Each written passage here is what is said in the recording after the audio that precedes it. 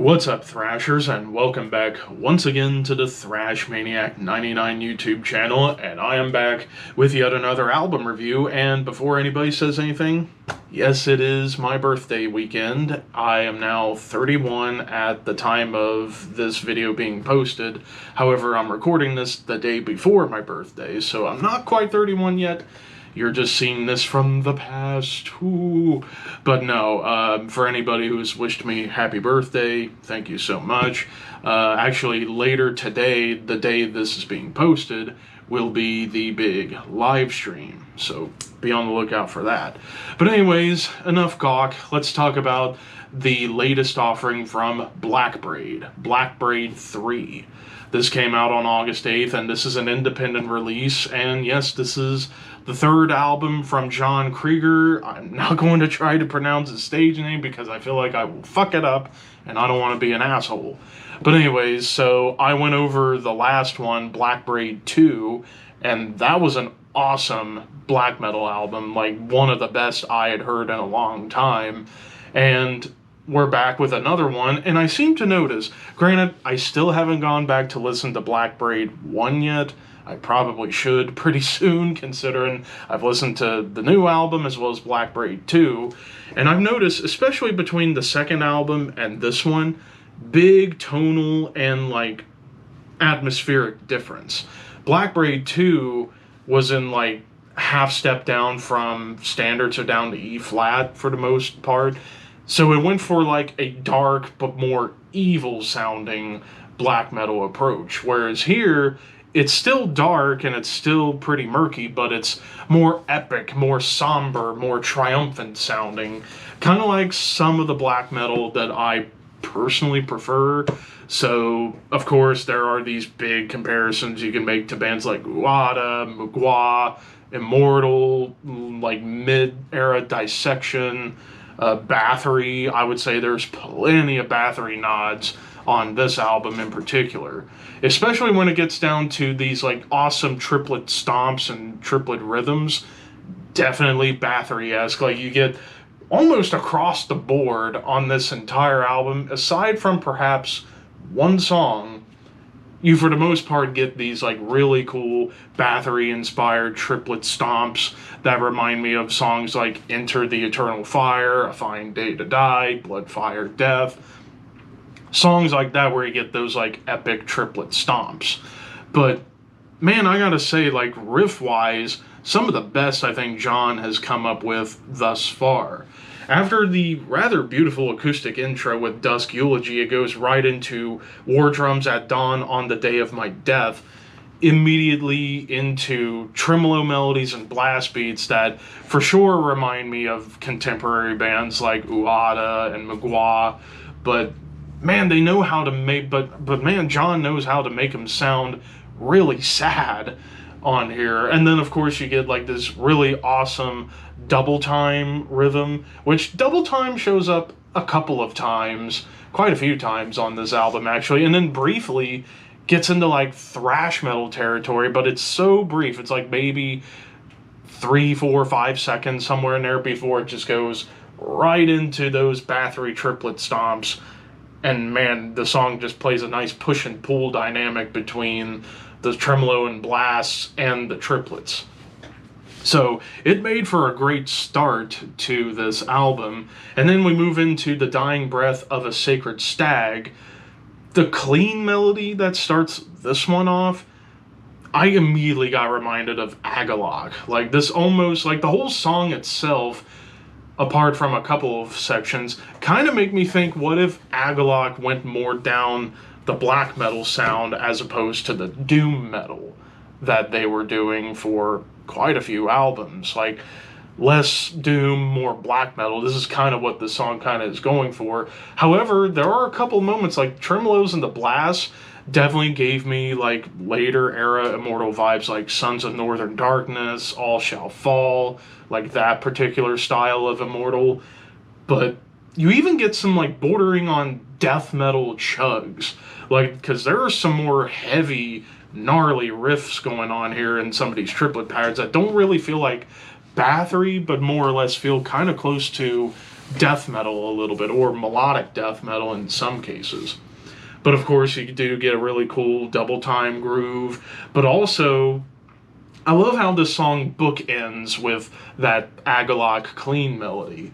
God of Black Blood, this one probably the grooviest song on the album. Like, there are riffs and groove, and not as much in terms of tremolo. Like, there's just a couple of somber tremolo melodies, and then towards the end it gets into this epic tremolo melody that leads perfectly into a guitar lead, which lead wise, not so much on here. It's mostly the melodies, like maybe you could say lead melodies, but in terms of true blues solos, God of Black Blood was really the only one that had like a true blue solo that was happening. Tears of the Dawn, which is the first of two big epics at over 9 minutes, even close to 10 minutes. This one, again, you get your staple tremolos and blasts and the triplet stomps, double time here and there with an epic tremolo on top. There are some nods to classic heavy metal on this song. Like, I get hints of Judas Priest and Iron Maiden with some of the riffs and the harmonies coming together to just create something so beautiful, yet at the same time, with how somber this album gets, makes it feel sad a little bit, because of, even when you read the lyrics, it definitely paints a somber picture. And he became The Burning Stars, the longest track of the album, at just almost to 10 minutes. This kind of covers all bases that this album really has to offer. You know, your staple black metal tropes, triplet stomps, more hefty chugs and riffs come here into play a little bit, but I love how it gets into these epic progressions towards the end. It's like almost like someone's fighting a war and is sad to miss his family, but comes through at the end to help save his battalion, and it's like this epic moment that shows up. And then even the closer, Fleshbound, which is a cover of Lord Belial, which I've still not listened to the old Lord Belial stuff, but John crushes this cover. He and Neil Schneider, the drummer, just work perfectly together when it comes to performing on this album. Just awesome, awesome musicianship. Now, the other tracks, there were 3 acoustic interlude tracks. You have The Earth is Weeping, traversing, I should say, the Forest of Eternal Dusk, and Like Wind Through the Reeds, Making Waves Like Water. All these 3 beautiful acoustic interlude pieces that don't bore me, and I didn't want to skip them because they were just beautifully crafted, but they're all very different. Like, The Earth is Weeping is mostly just all about showcasing the atmosphere with the acoustics. Traversing the Forest of Eternal Dusk brings in a little bit of folk, like, I want to say there's pipes. I'm not sure what that is. And then there's even an electric lead melody that shows up. And hell, that, as well as Like Wind Through the Reeds, Making Waves Like Water, even the acoustic lead on that track, as well as the electric lead on Traversing the Forest of Eternal Dusk, both kind of remind me of later era death a little bit, like Individual Thought Pattern, Symbolic, Sound of Perseverance, like that kind of quality to it. Not in terms of like, it sounds like it was a carbon copy or anything. No, it sounded like it was perhaps a little bit inspired by what Chuck and whoever the other guitarists were at the time in each individual album, you know, Andy, Bobby, Shannon, kind of channeling a little bit of that to project these beautiful melodies on both of those interlude tracks. As far as any negatives go, I'm going to be straight up. I don't have anything to complain about at all with this album. Even the interludes, I loved the interludes. I wouldn't skip them. They are all really beautiful and perfectly lead in between each song. And production-wise, this was brilliantly mixed for a black metal album. Wonderfully mixed. It doesn't sound like Fisher-Price instruments, thank God. So, I'll be honest, this is my second 5 out of 5 of the year. It's definitely going to be neck and neck between this and Warbringer, but we still got quite a lot of albums to come out. Anything can happen between now and early December. But yeah, This, John, like I said, he's just getting better each album I've listened to thus far, which is now only 2. I still need to listen to the first one. But yeah, he's just a master at songwriting and crafting melodies and riffs and atmosphere.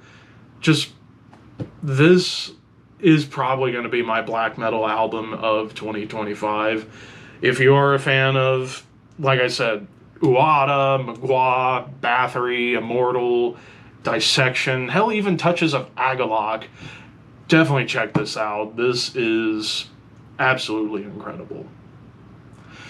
But of course, those are just my opinions. What did you guys think? Let me know in the comments below, and don't forget to like, comment, share, subscribe, all that fun stuff. But until next time, thank you for watching, keep your horns high, and your dreams wet.